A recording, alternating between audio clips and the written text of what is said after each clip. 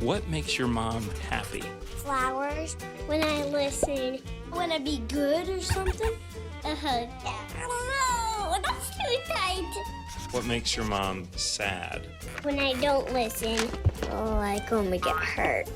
What's something that your mom does every day? Read the Bible. Cleans the house. I think work. Kisses me. What's something your mom always says to you? I love you. And brush my teeth. Go clean the room. Behave. Don't let the dog upstairs. Do not bother Mom while she's sleeping. How old is your mom? I think 5. 12.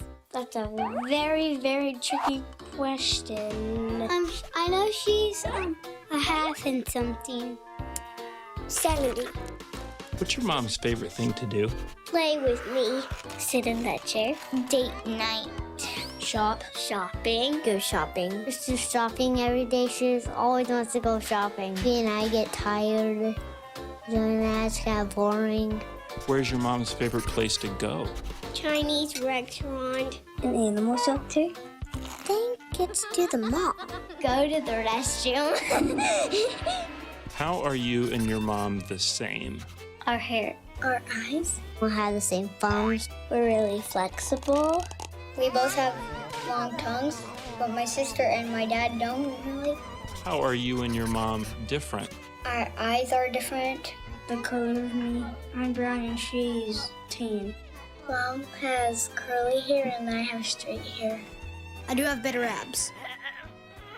What's your favorite thing about your mom? That she doesn't like to be away from us. When she gets down the floor and plays with me. She's a really good teacher. I like her face. Her smile. When she lets me put on her makeup. That I can cuddle with her at night. She is really special. She's really, really, really, really, really nice.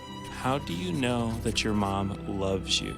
She prays and she kisses me and she says, I love you. Because she's in my family. How she takes care of us. By making breakfast, doing my laundry. That she helps me get dressed. Takes me to all the things I do after school. That she plays games with me. Play soccer with me. Play bubbles. When I sit in her lap. We watch movies. We get our nails painted. Make a scrapbook. Fish. Outside cookouts and bonfires. She spends time with us and not all by herself. She's patient with us. She does everything with me. Because she says it every day. Kisses me every night. And all kinds of stuff.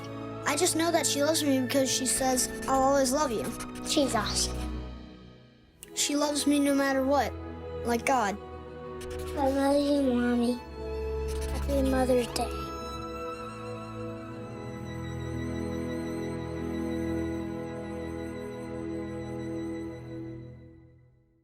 Thank you for clicking on this video and welcome to Grace Generation Church Online. My name is Tom and I'm the pastor here at GGC, and if you can, I would really be encouraged if you just let me know that you're watching by sending me an email or a text that says, I watched. My email is pastortom@gracegenerationchurch.net, or you can text me at 509-291-8404. We're in the middle of this series, Games People Play.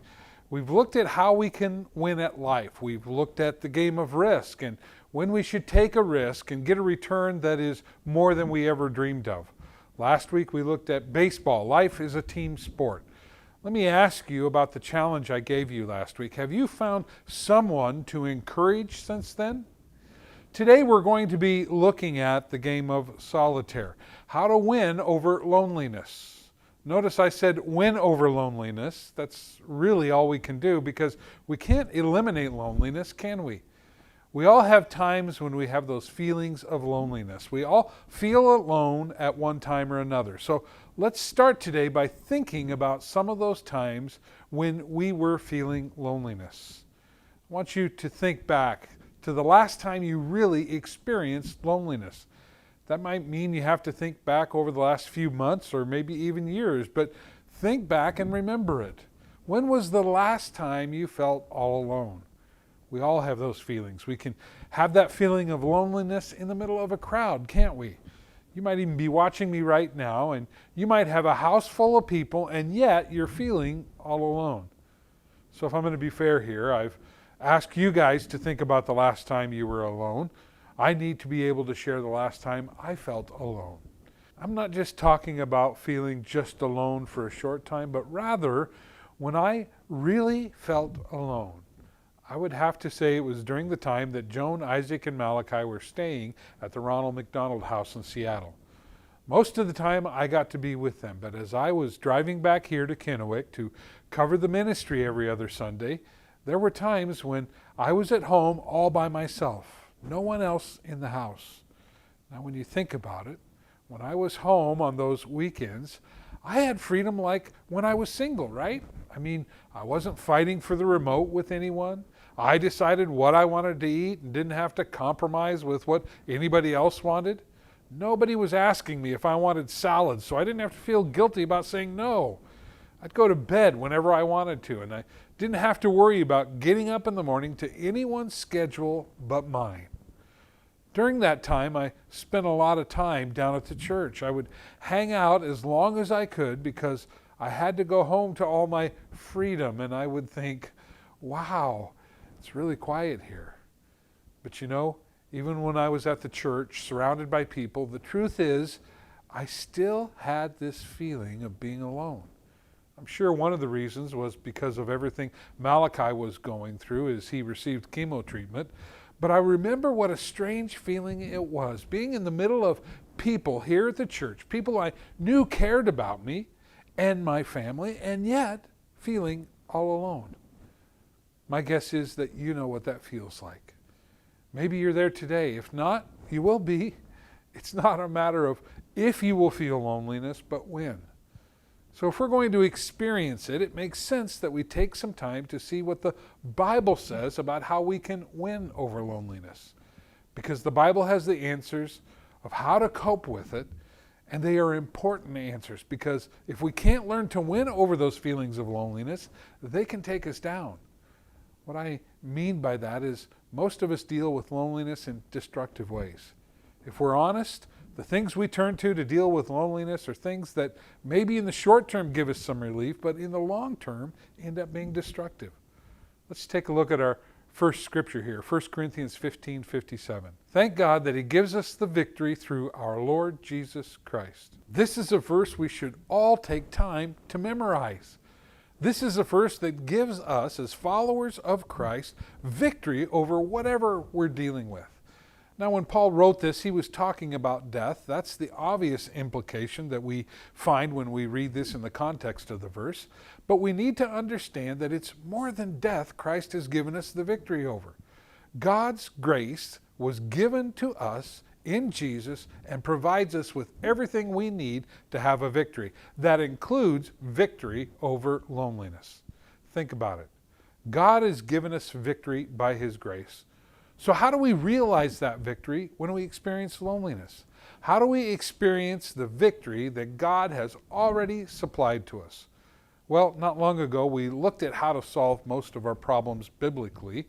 And that means first we need to identify the problem. Then we can step into a solution that He has given us. So let's start today by identifying the problem of loneliness, and then we'll look at the solution. Paul wrote a couple of letters to one of his proteges named Timothy.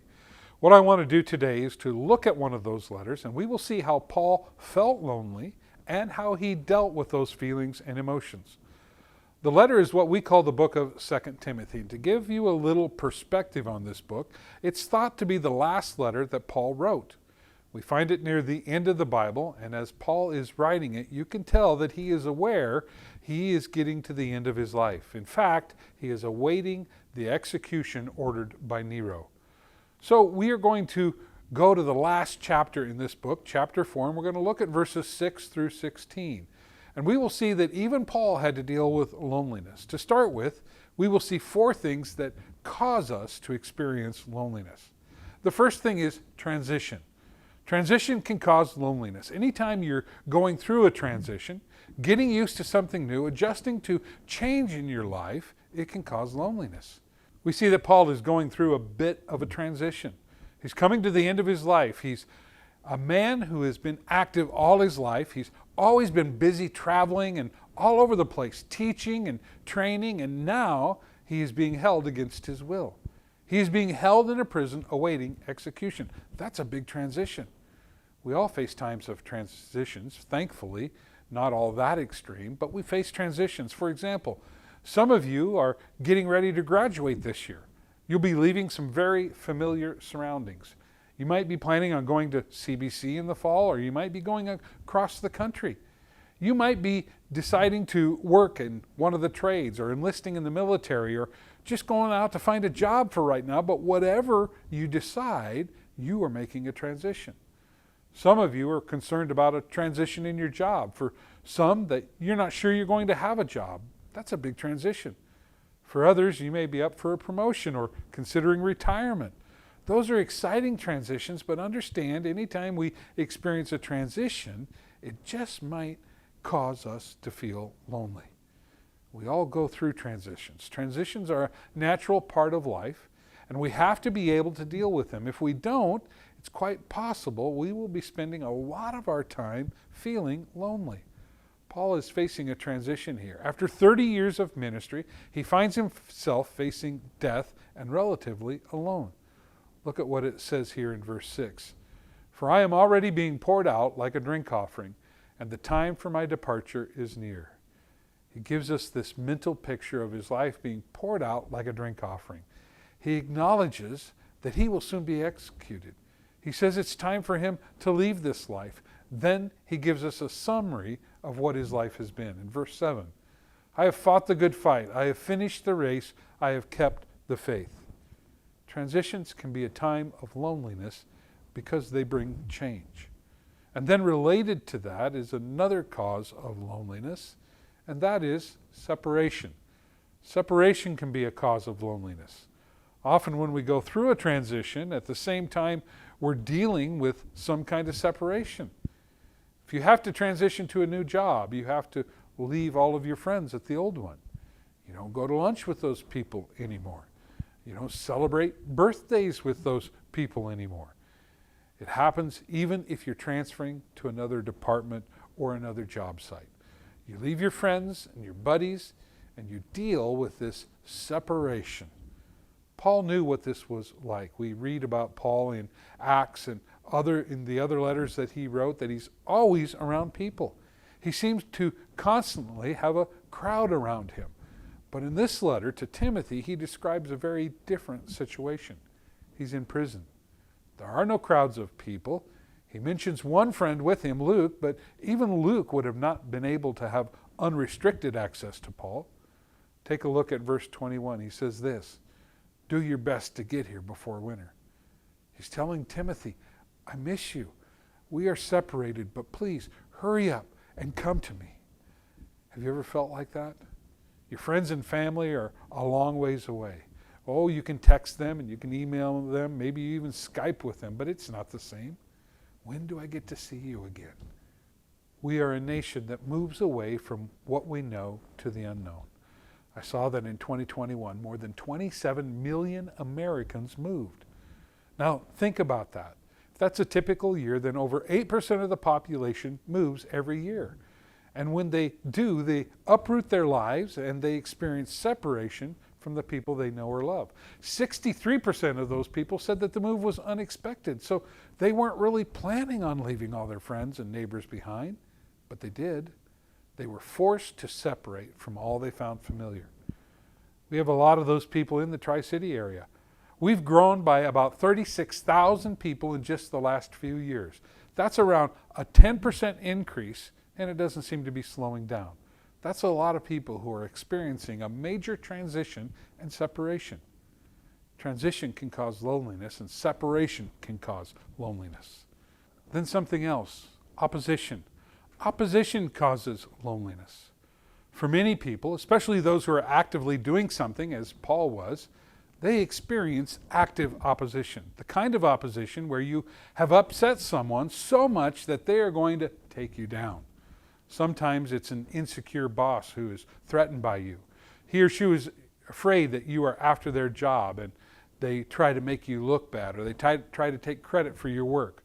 Sometimes it's a coworker who doesn't want to see you succeed. Sometimes you just rub people the wrong way and they oppose you. Maybe it's a family member who wants to keep reminding you of what you used to be. Sometimes it's your spouse. See, it doesn't have to be sinful. Sometimes people actively oppose you and they think they're doing it for your own good because they love you. But people who oppose you, people who try and stop you from accomplishing something, can make you feel lonely regardless of what their intentions are. Paul knew what this was like. The scriptures are full of people opposing Paul.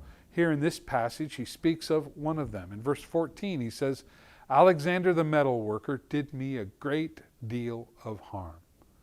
That word translated harm in this verse can mean a lot of things.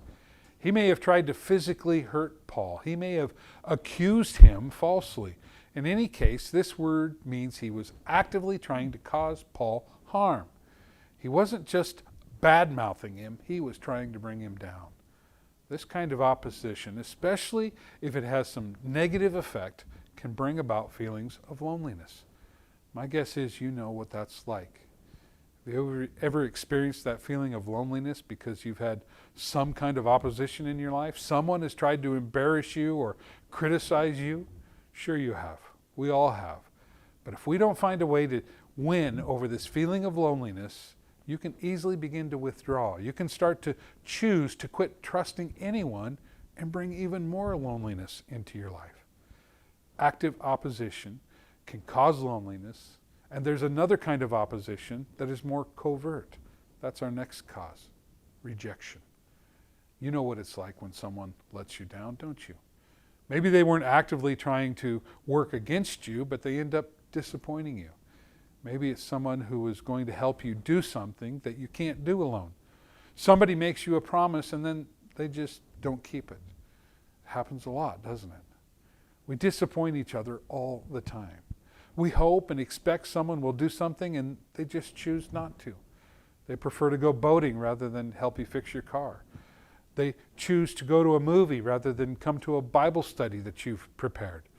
They choose to go out for dinner rather than to accept your invitation. It's not that they're interested in seeing you fail or that they're wanting to cause you harm, but they just choose to do something other than what you expected them to. We see Paul facing this. He's in prison, on trial for his life. He has to go before a ruler to plead his case. And what happens? No one shows up to back him up. There's no one there to say, yeah, Paul's a great guy. He's done a lot for me. Nobody shows up. All of his friends that had served with him for the last 30 years were nowhere to be found, and it makes Paul feel rejected. Look at verse 16.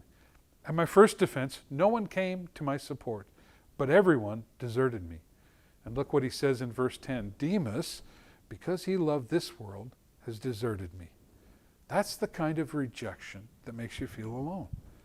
Think about this list for a minute. Transition, separation, opposition, and rejection. I wonder how many of you watching me have faced these things over the last year, maybe over the last 6 months, maybe the last few weeks. Even if you haven't felt the corresponding feelings of loneliness, I'll bet in the last year, every one of us has faced at least one of these things. Many have faced a couple of them. Some of you have faced all of them. Maybe you're watching me today and you're feeling very, very lonely. And these are the reasons that you feel that way. So the question is, how do we deal with this feeling? It's not if we're going to deal with it, because we will, all of us. The question is, how? Some people deal with it by turning to drugs or alcohol. Some deal with it by turning to sex outside of marriage. Some people even consider suicide as a way to deal with loneliness. There are a lot of things that we turn to help us alleviate this feeling of loneliness. Everyone watching right now will deal with loneliness. None of us are exempt. Money doesn't insulate you from it, does it? Can you think of some wealthy people who have dealt with loneliness? Howard Hughes is one who comes to mind. Wealth doesn't insulate you from loneliness. Is it possible to be beautiful and lonely? There is story after story of movie stars and models who have battled loneliness. How about popularity? Does being popular keep you from being lonely? Albert Einstein said one time, it's odd to be so well known and yet be so lonely. Is it possible to be married and lonely? Sure.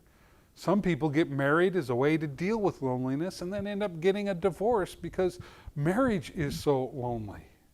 Loneliness affects every one of us. So how do we deal with it? Well, let's go back to 2 Timothy and see how the Apostle Paul deals with this feeling of loneliness. Paul shows us 3 ways to deal with loneliness. The first is in verse 13.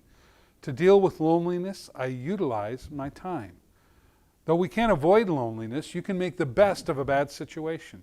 Some of the best advice that I ever heard in dealing with loneliness is to just get through it. Time will pass. But with the passage of time, will we get through our feelings of loneliness, or will we end up feeling lonelier? Here's what I mean. We can focus on ourselves when we're feeling lonely. We can sit around and do nothing. We can get out the ice cream and watch Netflix for hours and end up feeling sorry for ourselves, or we can utilize our time and begin to heal. Rather than saying, I can't do anything because I feel so lonely and depressed, ask yourself, what would I be doing if I weren't feeling lonely and depressed? And then get up and start doing that. Utilize your time. See here in verse 13, Paul tells Timothy, when you come, bring the cloak that I left with Carpus in Troas, and my scrolls, especially the parchments. So first he says, bring me my coat. See, he knows that winter is coming, and he also knows that in prison it's going to get pretty cold. He knows it will make him feel really uncomfortable and miserable physically if he doesn't have his coat. Let me ask you, is it easier or harder to deal with loneliness when you are physically uncomfortable? It's harder, right? We quit being active and the aches and pains we feel get worse. We quit going to the gym and we start to eat all those comfort foods, right? Why do you think they call them comfort foods?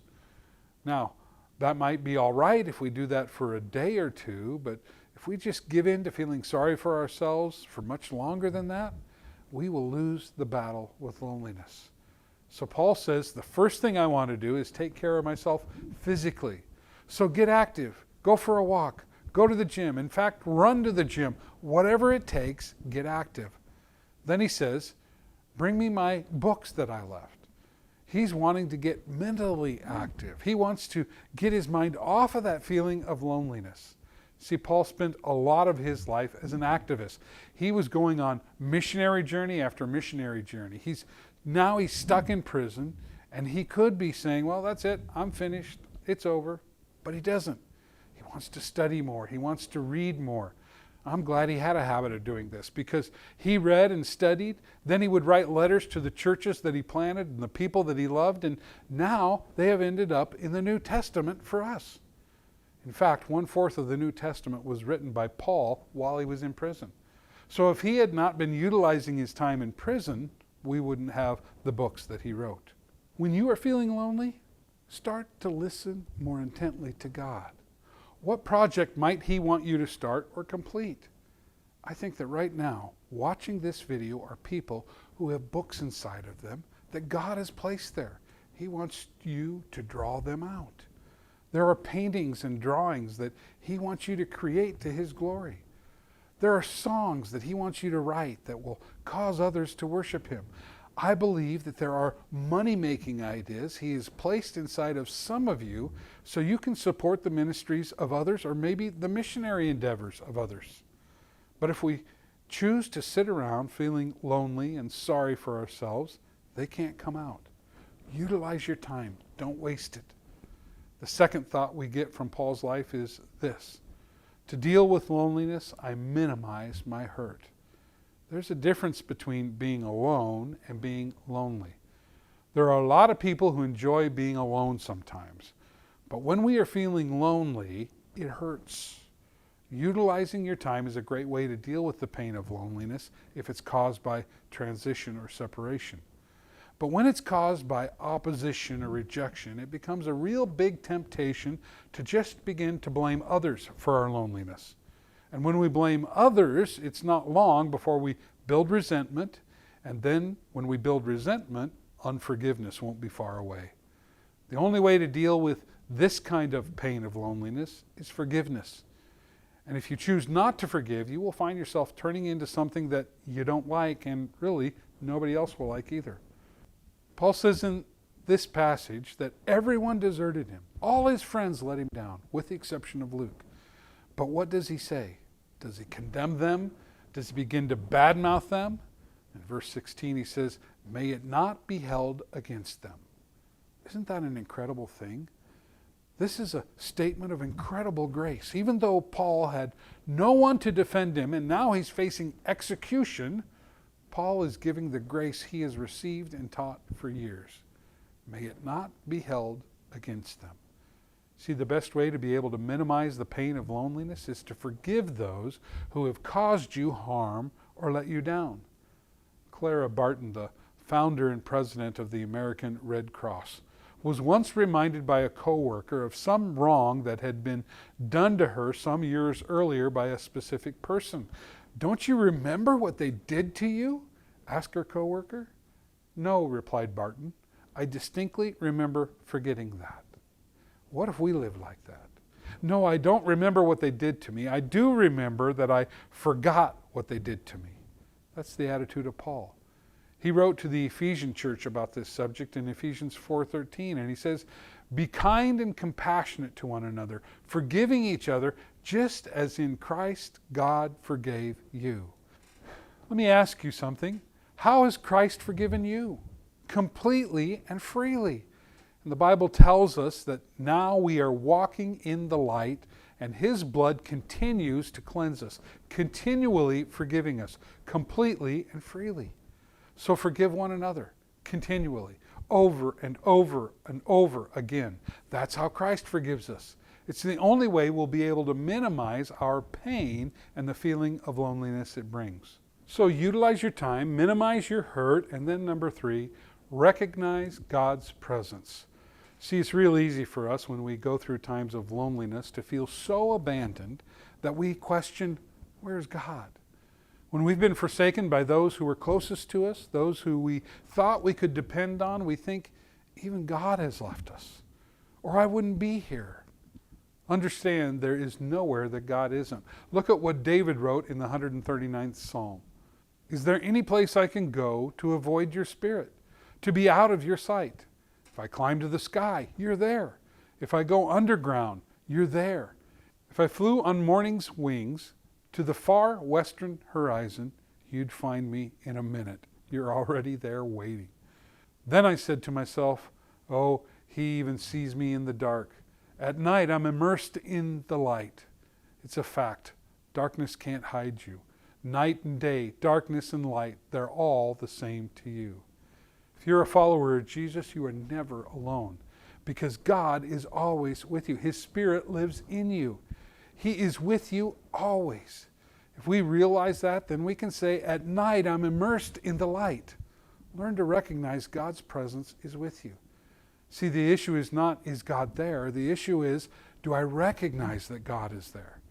When we begin to recognize that he will never leave us or forsake us, then he will begin to reveal himself to us. Then he can begin to restore our soul and give us the ability to overcome loneliness. Paul understood this. In verse 17 he says, but the Lord stood by my side and gave me strength. Did you catch that? God is close to him. God is by his side. God is with him even in that prison. And then God gives him strength. The best way that I know to help recognize God's presence in the midst of loneliness in your life is to pray. What is prayer? It's merely talking to God one-on-one. Think about that. When we pray, our focus is on God, not on our pain and trouble. Prayer takes the focus off of us and puts it back where it should be, on God. Those are the 3 thoughts we can pull from the way Paul won over the feeling of loneliness. Use your time, minimize your hurt by forgiving others, and put your focus on God in prayer. Recognize his presence in your life. Then here's a last thought I want to leave you with. If you're watching me and you're in the middle of dealing with pain and the hurt of loneliness, I want you to know that God understands more than you can imagine. The Bible tells us that God became human in the form of Jesus Christ. And it says that Jesus dealt with all the same issues we deal with. And if we look at the life of Jesus, we can see there were periods of loneliness. He was alone in the Garden of Gethsemane. He asked his disciples, the 3 that were closest to him, to pray with him, but they fell asleep, leaving him alone to pray. Jesus understands the loneliness of being let down. Then he was arrested, and all the disciples scattered away from him. In his greatest time of need, even Peter, who said, "I will never desert you," followed at a distance and then denied that he even knew Jesus. Jesus understands the loneliness of betrayal. Then on the cross, he experienced the separation from his Father when he took our sin. As Jesus became our sin, he experienced the rejection of the Father and the loneliness that brings. Look at what he said in Matthew 27:46. About 3 p.m, Jesus cried out in a loud voice, my God, why have you forsaken me?" Jesus experienced loneliness.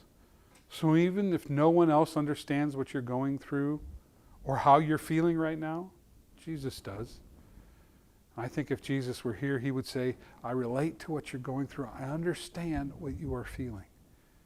You see, the reality is, if you don't know Jesus personally, Jesus is inviting you to know him. He's saying at the center of this loneliness that you feel, it's really a spiritual lacking that nothing else can fill. You can't buy enough possessions to fill it. You can't get enough friends to fill it. The drugs and the alcohol won't take care of it. Jesus says, only I can fill that vacuum. And if you allow me to come into your life, I will give you victory in this life and the next. If you've never opened up your life to Jesus, maybe you want to do that today for the first time, or maybe you already have done that, but you just want to reaffirm that to him. Whatever it is, would you just respond to him right now? Would you just pray to him and simply talk to him right now? I encourage you to just talk to him like you would a close friend. Something like this: Jesus, help me recognize and become more aware of your presence. Fill me with the assurance that you are here with me and that because you are in my life, I am never truly alone. Help me to tune in to you and have fellowship with you. Help me to utilize my time to make the most of those periods of loneliness, to pray to you and to grow in my relationship with you. Help me to minimize the hurt and let go of that and learn to forgive others. If you prayed that prayer, or if you would like help to know Jesus on a deeper and more personal level, would you just reach out to me in an email at pastortom@gracegenerationchurch.net, or contact me by sending me a text at 509-291-8404, and I'll help you in any way that I can. I'd also love to meet you in person at one of our in-person gatherings. We meet at 5601 West Clearwater Avenue, Suite 103 in Kennewick, every Sunday at 10 a.m. I want to invite you back again next time, either online or in person, as we open up the Bible and continue in our series, Games People Play. Thanks again, and we'll see you next week.